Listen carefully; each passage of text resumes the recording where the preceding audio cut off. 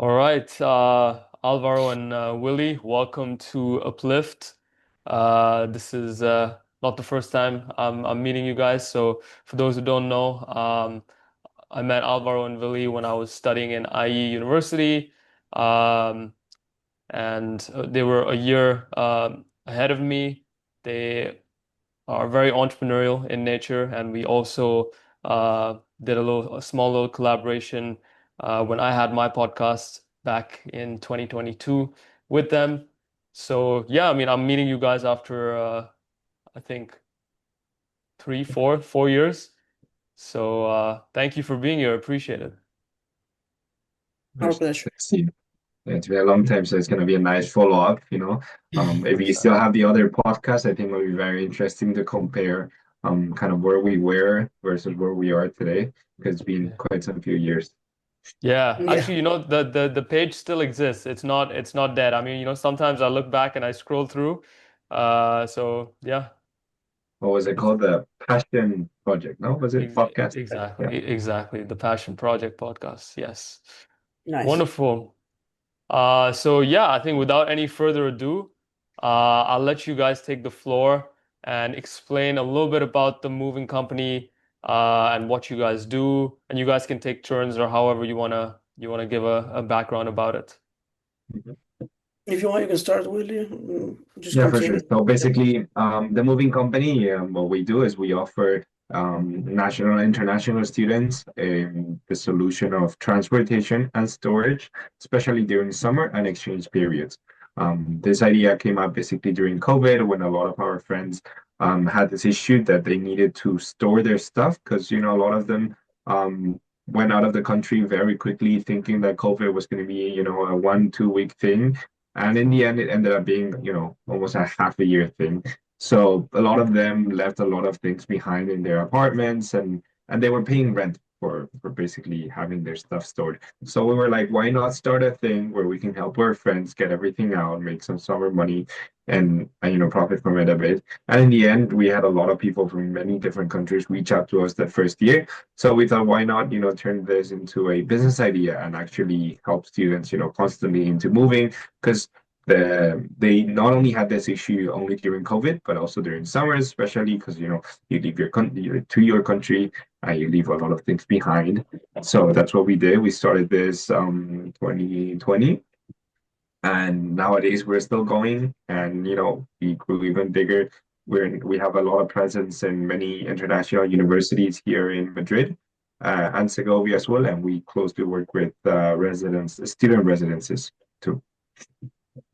Amazing. Yeah, I think what helped us quite a lot is we started doing the first year of uni, and then from there we kept on growing every year. So as our priority back then was mostly like the career, etc. So it helped us build the company, let's say, without that much stress or the need of money or the need to pay our own stuff because we were students back in the day. In the day, so that helped us just build momentum year over year and continue just scaling and keep on improving the business year after year.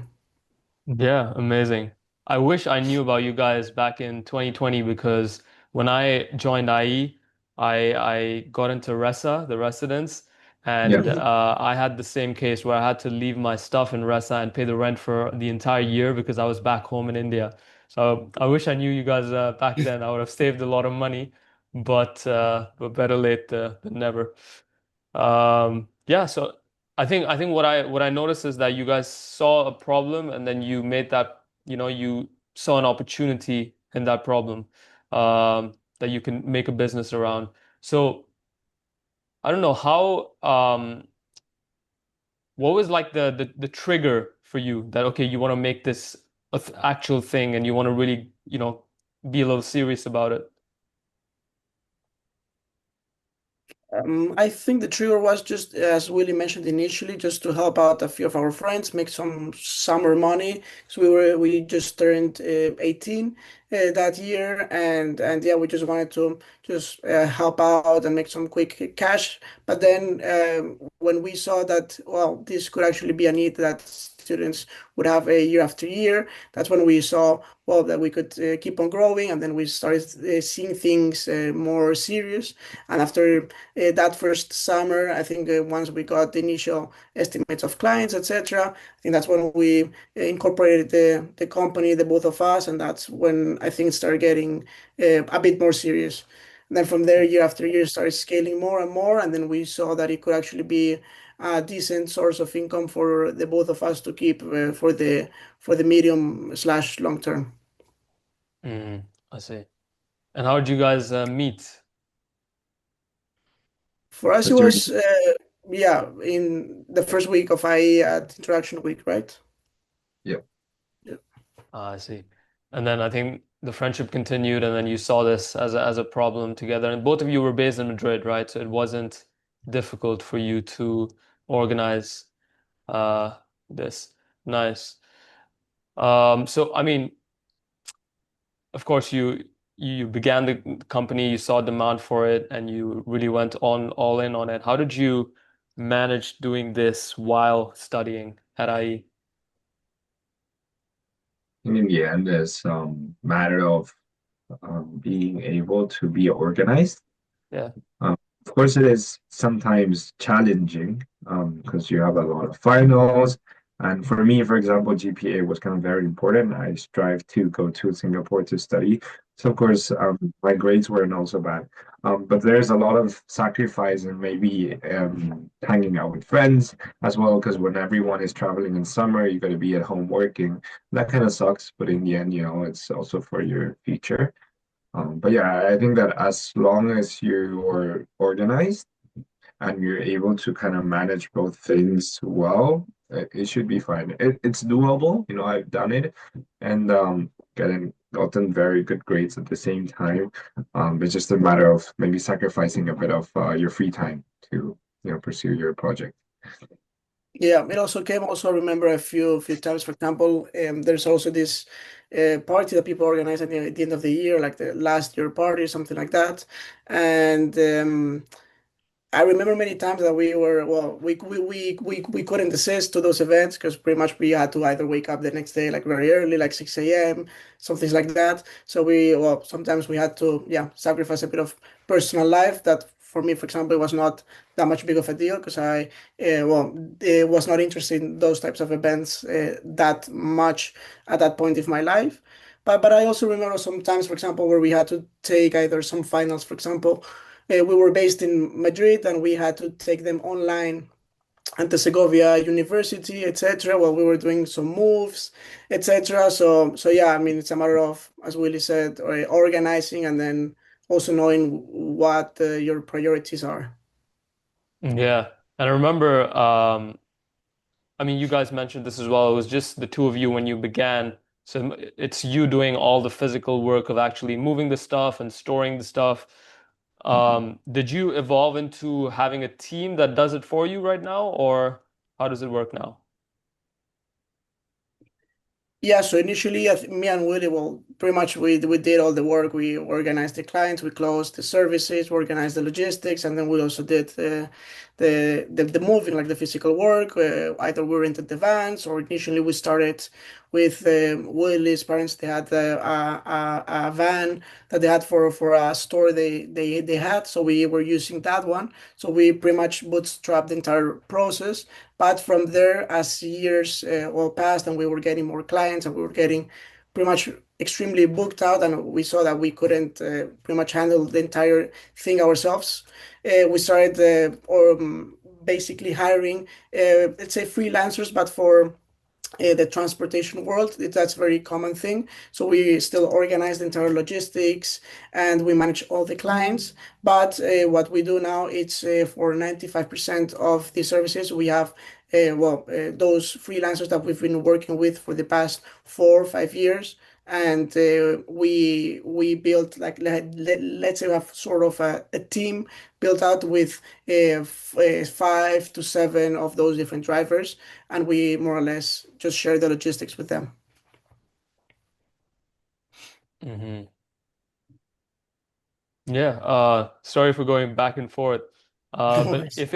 if I go back again, when you Yeah. decided uh actually create and develop the business, how did you split the responsibilities between you and Willie? think it's very, we were basically working on the go, so we didn't really have um, kind of set responsibilities, I would say. We both know how to sail. We both know how to, operate and help students. We also know how to drive. So it was kind of very on the go at the beginning. And like he's better at, for example, managing the logistics, he's going to be doing that. And if I'm better at setting, for example, and kind of I'm tackling students' questions, then I would do that, which is Mm, on the go. okay. And when you began, of course, the problem was very IE centric. And because you were in the IE community, you leveraged the IE community, and that was your target at that point of time. Um, was When did you start getting leads from outside of IE? Mm. I, well, I guess even I don't know if during even the first years, I think we did get them just from word of mouth, and that's how it spread quite a bit. And but in the first years, it was, as you mentioned, mostly I students. But then I think maybe once we started trying to get into different residencies, and also, for example, other universities such as Universidad Europea, like in the past 2, 3 years, that's where we started also growing on different fields. And Yeah. nowadays, even though it's like most or like a very high percentage, we have expanded our customer base to other universities and different types of clients. So initially it was mostly word of mouth, and then it was more like having partnerships with residences or with Instagram and Facebook ads and word of mouth as well. Okay. So in the beginning, you would say it was most of it, if not all of it, was inbound, where you were getting stuff to you were getting leads come to you, like Yeah. knock on your door, and then you did a little bit of outbound after the first year, where you would partner with residences and with universities. So how did that process work? Like, do you just go to them? Do you book meetings with them? Because I mean, I really like the concept of cold approaching people to get what you want or to, have partnerships. So how did you go about that process? I mean, in the end, it's a very mutual and win-win situation. So basically, we of course reach out to them first. We email them, we go to the residences, ask if it's possible to post some posters, some flyers, and that's how I started. But then after that, what we started seeing is that residences also have the need of having people to move out quickly. So whenever the 31st of May or end of the school year arrives, during summer, those residences usually rent out those rooms as hotels. So it is in the resident's interest that the student moves out quickly. So right the next day, they can start doing the kind of the short-term rentals, right? So of course they're very happy with us. They promote us a lot, and because it's a very win-win situation, we're able to kind of convince them easier to kind of promote us. I see. And do you give them more incentives, like, students that book through the residence get like a different price or something? How does that work? Yeah, definitely. I mean, in the end, of course, it's also about us giving something out, no? Because otherwise, any other company can come up and offer what we offer. But in the end, we like to give out the community some discount, also to kind of help the residents' image, and also like, for example, they have a very residences usually have a very tight community within them. They organize a lot of events. It's not just a living place, right? They like to organize everything and become a family. If you lived in Presa, you could see it. So basically, we offer the residents this kind of advantage of getting a special discount that maybe other people cannot just by belonging to the residents. This way, we help boost the images, the residents' image, and help them get more perks for being a resident. I'm sure that when you lived in Presa, you also maybe had discounts for other places because those companies work with Lisa. It was kind of the same for us. The resident is happy, the residence is happy, and we're happy. So it's a three-way win, I would say. Cool. Um, so when you went about scaling the moving company, so I believe that happened like probably around the first year and after the first year. What were the biggest challenges that you faced both inside and outside the IE community? For challenges for the AI community, what do you mean No, exactly? challenges when you scaled the moving company. Like for So us, you mean, or yeah, for both of you. I think initially maybe it was increase in demand, etc. And then we had to realize that we had to delegate to the different drivers, etc. And kind of have then like not a full approach that we did, but more like a hybrid. And we delegated many moves, some we did, etc.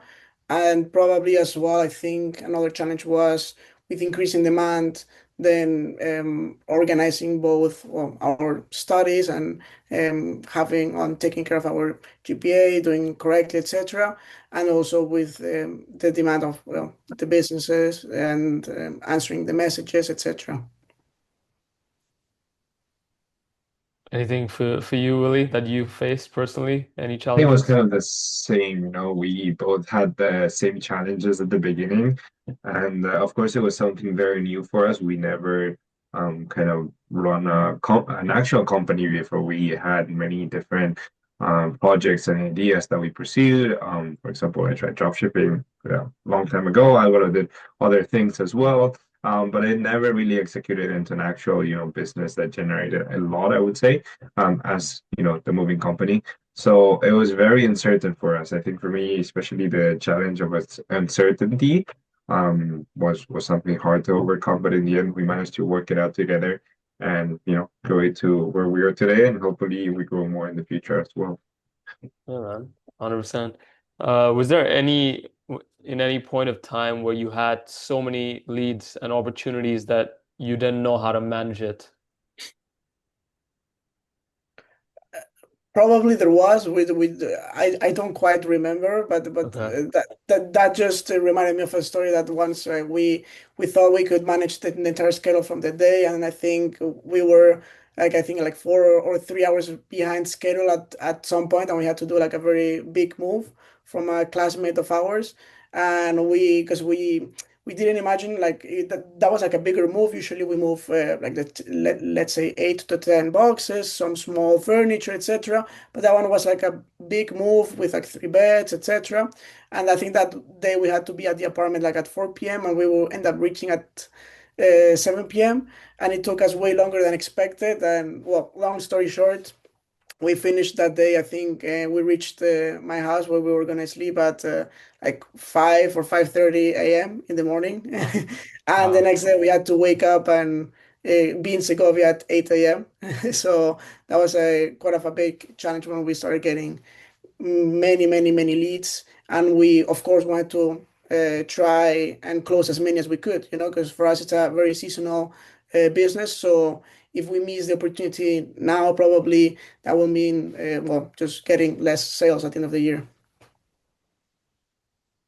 Interesting. Yeah, I think it's part of the ride, right? Like you said, Willie, uncertainty and how you manage uncertainty because you make a perfect plan and things are bound to not go the way that you planned them to go, and then how do you move on after that?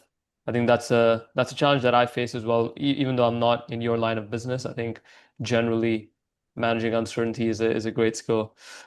Um, how do you currently promote the moving company? So what are your main channels? So I think, yeah, one of the main ones would be paid media through Okay. Instagram and Facebook, so Meta ads. We also do organic approach on Instagram, like different posts, etc., stories.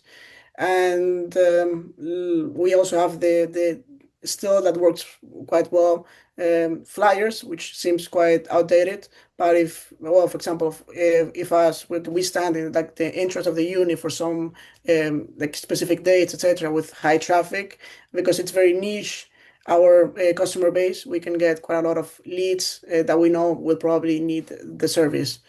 And I think the last one that there would be as well would be every year we like promoting at IE events. So we usually promote and host the IE Chinese New Year. So that's also like a different type of channel of advertisement, which is usually you cannot have like a direct impact that you can actually check or see the results. But I definitely, I think, helps increase the company's image and brand awareness. Hmm. And what channel gets you the most leads? Uh, I think, well, Instagram, yeah, for sure. Yeah. Okay. Yeah. Okay. Yeah, but I really like the idea of going physically at universities because I remember Willie, I saw you back in 2024 that you were actually handing out the flyers Yeah. The at last time I I saw you. yeah, exactly. That was it. But I think that's one way where it can seem maybe a little uncomfortable, but once you actually do it, Mhm. there's a lot of people that really see a solution for what they think they need, and then they can contact you. But does that also get you a lot of leads? Have you seen success with that, or? Yeah, as well. I Yeah. mean, yeah, definitely. Of course, it boosts your, brand image, Hmm. and gets your name out there, especially for people who don't know you. And from Yeah, there, since we also target them on Instagram, it kind of reminds them of the flyer again. And thanks to that, they kind of reach out to us. Also, our word of mouth is very strong. So basically, because it's a very niche community, as Alvaro was saying, whenever you have roommates, those roommates tend to come automatically because they also have the same need. So in the end, it spreads out very quickly to other people. true. How supportive has IE been in your journey, even after you left IE? For me, for example, because they've reached out a lot on the individual level. I still work with IE in, for example, promotional videos. I go to give speeches and stuff. So they're actively kind of tracking on the work that we do. As for the company itself, we still work closely with IE. We're one of their providers nowadays, and we help them constantly in basically any problem that they have. There's a lot of logistics actually behind the university, so there's any type of event that they kind of have, there's logistics involved, and our company is always there to kind of help them with that. And that's also, I think, a way of supporting, choosing an alumni um created company instead of an actual, let's say, a very big UPS, for example, to move their cargo everywhere. I think it's also a way, of supporting us in a very big way. Yeah, 100%. I think IE does a great job at supporting people when they're creating projects, when they're actually in the school creating projects. And the example that you gave me is, even goes beyond that to after someone graduates. So yeah, that's wonderful. What does the future look like for both of you with the moving company? What's the vision? I guess currently it's just continue automating different processes, etc., and of course continue growing at a steady pace. I think we do not see that currently, for example, in different cities or expanding internationally, but continue focused on Madrid and Segovia and continue growing our customer base, tackling more another international university such as Universidad Europea, and then also, well, yeah, increasing our customer base with that and managing our other businesses that, for example, Willie also has, and for me, also other side gigs that I have. So yeah, that Yeah. would be more like, I think, from my side, the idea. And just to compare you with competition, what do you think your USP is? Like, why do people still buy from I you? think in the end, we're very tailored to what the student needs. We've been in that position before. We know what they need. We know how they want it. We also know what they want to expect. So basically, by tackling all these things and basically giving you everything right in front of you is something that differentiates us a lot. and also that right now there's no other company that provides movings at this tailored levels. Basically, there's a lot of moving companies, traditional ones that you can contact. They'll reach out to you and they'll help you move your entire house if you want. But a lot of moving companies are also not interested in moving students. Why? Because the average ticket price for them compared to what they usually do is way lower. So a student maybe can pay up to 500 euros in throughout the entire thing, moving, storage, and delivery. But then a family where you're moving a multi-story house, for example, maybe they can pay you 3,000, 4,000 to move the entire house. So of course they're going to prefer to do more of those instead of helping small students because it takes time and it's also more complicated to move students rather than families. So that's why it's a market that I see that at least for right now it's a bit untackled. And I think that's also one of our USPs right now.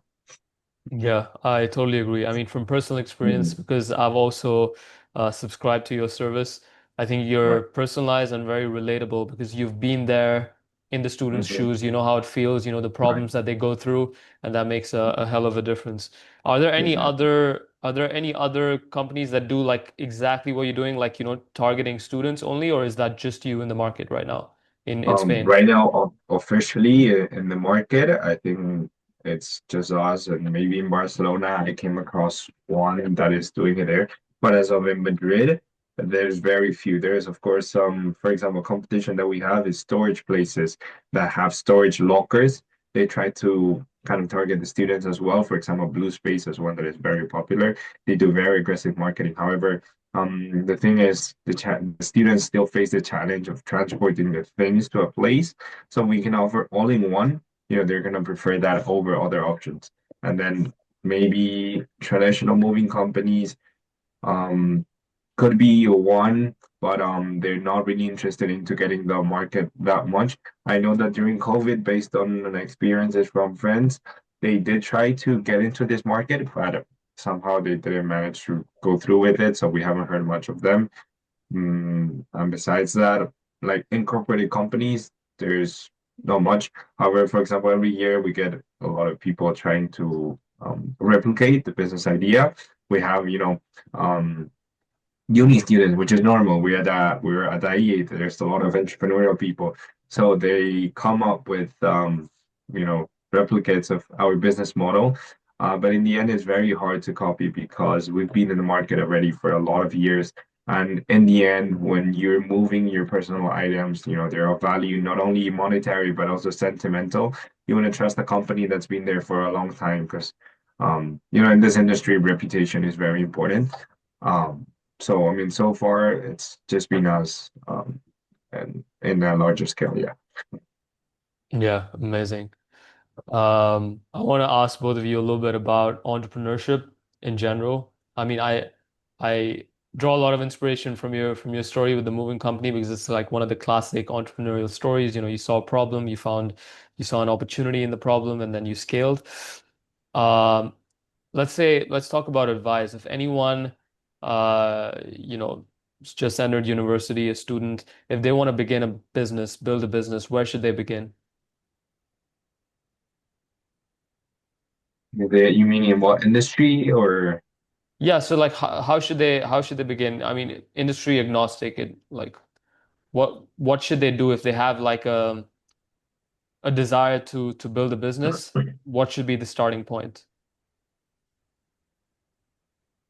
For me, it's usually a lean approach. They should be able to check if what their hypothesis or idea that there's a problem and they can solve it in one way works, and the market accepts that, and also to like at a decent price point that they can actually build a business around it. So for me, usually it's either yeah, doing a lean approach to the startup, and then check very quickly and validate your idea.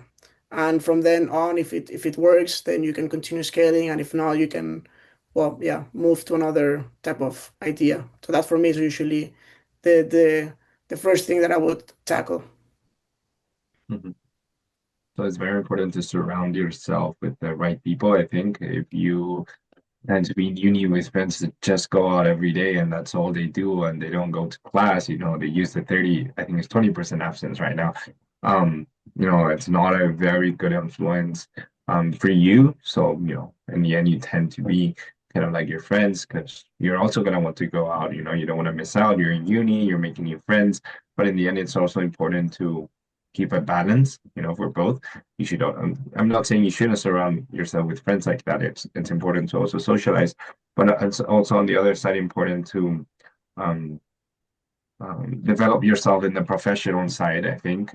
And also you can surround yourself a bit with professors, with people that are passionate about their projects and stuff like that. So Hmm. Also, as another side note, I think you can check, for example, if probably, for example, in my case and also in Willie's case, if you've done, let's say, different side gigs when you were a kid or you were younger, let's say, for example, I did like a reselling sneakers when I was 15 and 16, or even like a more, let's say, funner approach. Let's say, for example, if you when you were a kid, for example, in Spain, it's very common to sell bracelets, etc. Like even like on the street, usually you do that more on like summer places like next to the beach, etc. So, for example, if you think back in time and you've done things like that, then probably you do have more or less that sort of, even though it can be quite hitting inside, like that entrepreneurial mindset, etc., of trying stuff and leading with uncertainty as well. Mm. guys, sorry for 1 second. I have to step away for like 5 minutes to kind of take a very important call with a customer. No If you worries. don't mind, Yeah, I'm gonna step away for like 5 minutes and be right back. no problem, man. All good.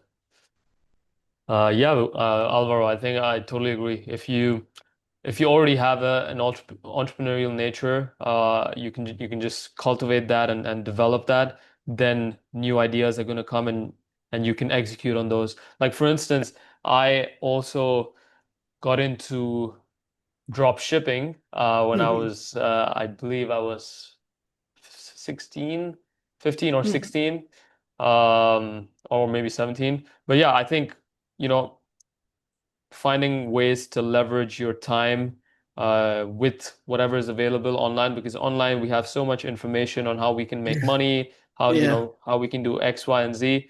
So if you have the willingness to do that and take action, then I think things are going to come to you in the future.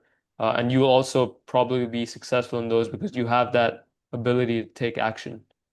Yeah, exactly. And like you think you find an idea, you think it's suitable, you go test it, and you don't know many things, so you like search online, see how it's done, etc.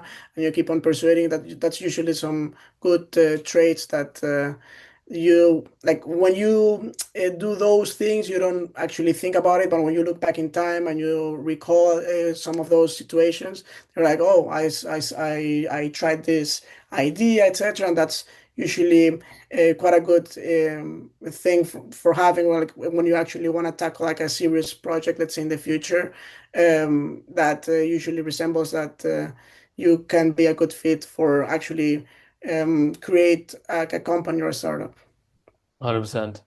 I think when you do it, and if, like, for example, I did the drop shipping project with a friend and it failed, and like at that point I was like, what a waste. What a Yeah. waste. I wasted my time, my energy, my resources, money. But when I look back now, at least I did something. I don't view it Yeah, negatively at all. I view it positively, that at least I did something that was outside of my comfort zone with a friend. We put some hard work in. So there's always something good that can come out of it, and then that helps you in the here and now when you're trying to build something else. of course. I mean, because for example, now you look back in time, for example, from that, let's say failure, now, for example, you even know how to build like a normal story, at least you know how to build it, etc. Let's say you want to sell something in the future or create it for a friend or a family member, etc. That's like one new skill that you have.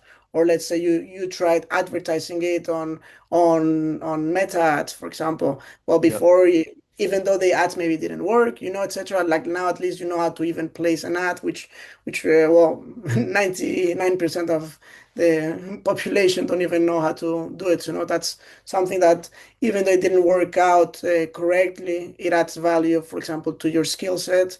And, for example, for the future, for not being afraid of trying out different ideas because now more or less, well, you know how at least like Shopify works, you know, Mm. and so on. Yeah, man. Of course, we spoke about balancing time. Both of you mentioned that time management was very important for you when you began the moving Yeah, company, in respect to balancing time between school and work. yeah. So, do you have any practices that you do to manage your time or practices that you have evolved into, throughout your journey with the moving company? Well, so nowadays, for example, like once you continue having that project, etc., you become very good at knowing, let's say, what time of the day works out for each different task. For example, I can continue replying clients, let's say at the end of the day, like 11 p.m. at night, but I know I'm not gonna get any responses, you know. But for example, on the other hand, if I do that at 9 a.m., you know, many people are starting their days, etc., they get the responses. So I think it's more or less trying to switch out and adapt to what your company's needs are and also your clients' needs and wants. And then from there, you start building out the day, having that in mind, but also um, taking a deeper look inside of you and seeing, oh, I'm better at performing this kind of, let's say, creative tasks in the afternoon, then I'm gonna place them there. Or, for example, for doing some customer management, you know, it's for sure better during the morning, etc., and so on. So then having those things in mind and knowing what your daily tasks are, I more or less schedule out my day. Yeah, 100%. I think that's very sound piece of advice because while you were talking, I also thought about how I schedule my day right now, and I do it similarly. Like for instance, well, I begin, talking about a typical work day, I begin with the hardest task always because I know that Mhm. when I begin my day, I can tap into my creativity and I can do something with a lot of energy, and that's where I will get the best output. So Yep, that's how I've planned that. So I go like hardest task first, and then I go like smaller, smaller, smaller, smaller, and then I know like at the end of the day, I've already given a lot of energy into other tasks, so I'll just put the other tasks like, messaging and all the small tasks at the end of the day because they don't require a lot of energy and they're not as important as the other tasks in the day. exactly. Uh, cool, man. Um, what do you think that people underestimate about being a founder? I think the responsibilities that you get from, or at least the ones that you 'cause acquire, because you know they're your clients, etc., and you wanna give out the best service possible and the best outcome for them. So then, when there's some, for example, problems, etc., even though you're not in your control, usually we tend to try do our best always, and just that sort of, let's say, usually our days are very calm, etc. But whenever there's a problem that we cannot, let's say, control, etc., we try to resolve it as soon as possible, and also with our best intentions.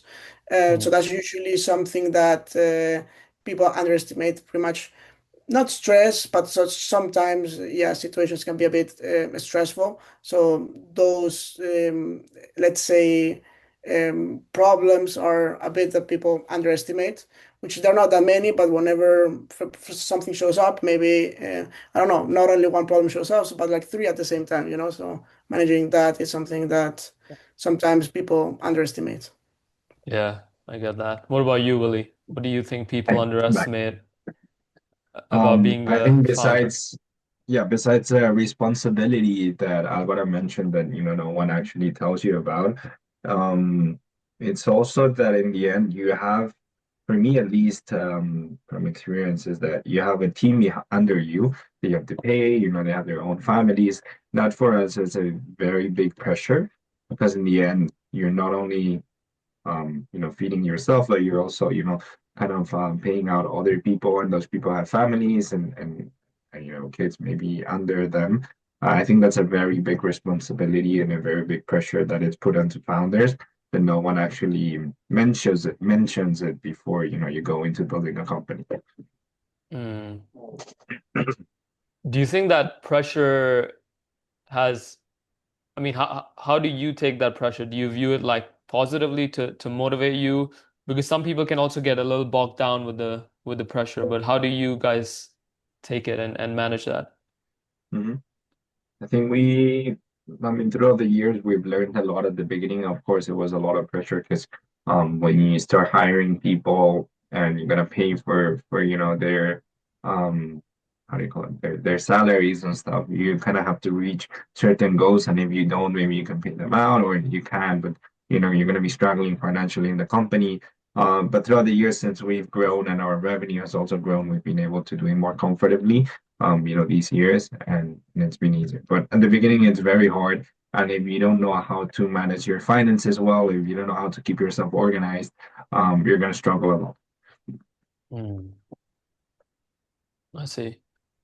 How do you guys have any habits in your personal life that you do to balance things off between work? I mean, earlier you had work and school, but now that you both of you have work, but I understand that both of you are involved in multiple projects in work. So how what do you guys do in your personal lives to keep it balanced and let's say joyful?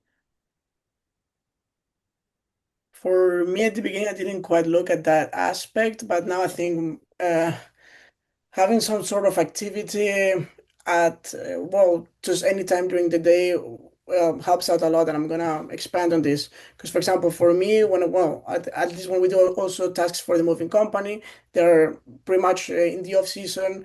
Uh, at home, at the in front of the laptop, etc., answering clients, organizing the logistics, etc. And then also from my other side, I do day trading, investing, so it's a lot of like sitting down and just staring at the screen for many hours. So for me, that I work at home, it's not that I do a lot of like movement, let's say. So for me, just getting out of the house, going to the gym a bit, etc., or even going for a walk, now that the weather is better, is something that helps me balance the entire day. And it's something that maybe in the past like years I didn't look quite into, but now like in the past months I've realized that, and it's something that I had able to implement, and yeah, now I really like it. Amazing.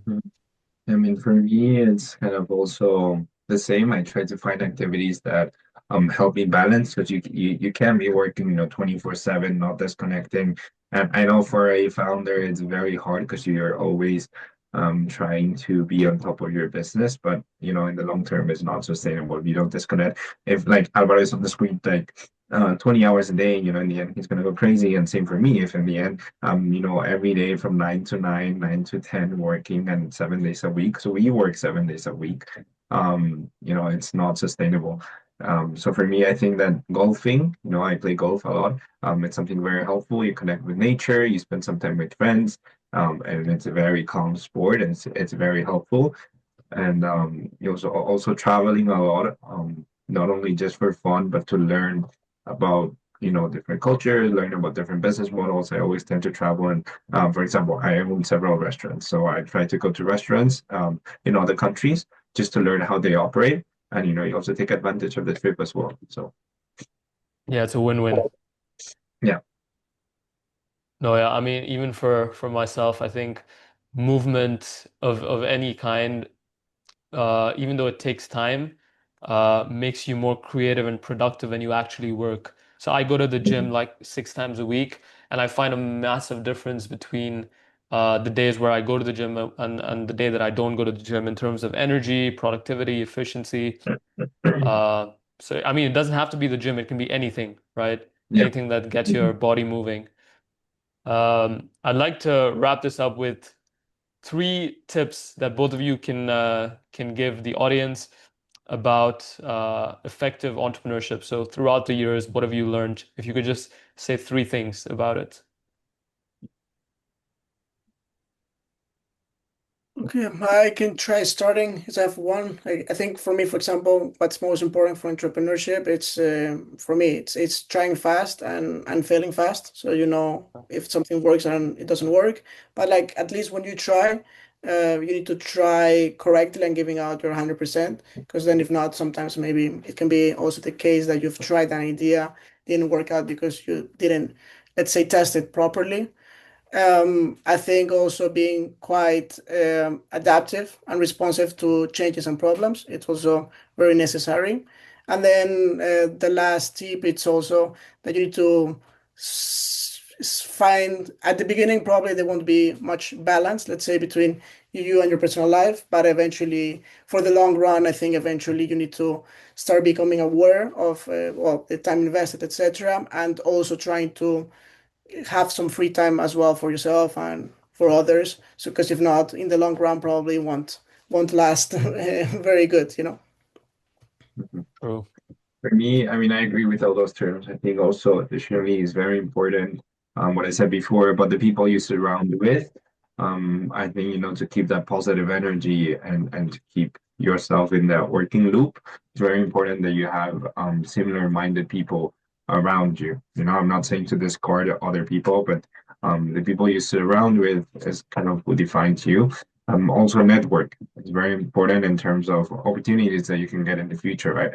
Right. So I'm always like out there kind of trying to meet new founders, new people, because who knows in the end if those things are going to bring you new opportunities. Um, so yeah, those things and as well what Alvaro mentioned is something that I would take away, and kind of give advice for new people that are trying to start their own business. Um, yeah. Amazing. Yeah, I think that's sound advice. You guys have covered the basics. You've lived the life of an entrepreneur. So I appreciate your time and the valuable advice. I enjoyed it. I think it was concise, but it was value packed, and I'm sure a lot of people Mhm. that watch this and also watch the clips can get something positive out of it. So appreciate and good Definitely. luck. Good luck, guys, with the moving company. It's Thank you. Thanks, Steve. it Thank you. has a strong future. I mean, good luck to you to your project. We Thank look you. forward to seeing more content, with other founders and other people in the podcast as well. Appreciate it. Have a good day, guys. Thank you.